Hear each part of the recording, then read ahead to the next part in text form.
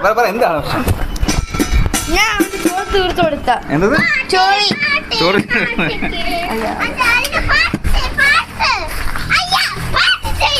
വാട്ടാ പൊട്ടിയേ പൊട്ടിയേ പൊട്ടിയേ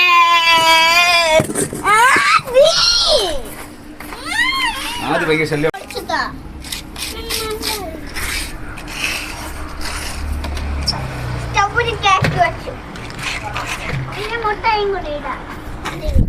മതി മതി മതി മതി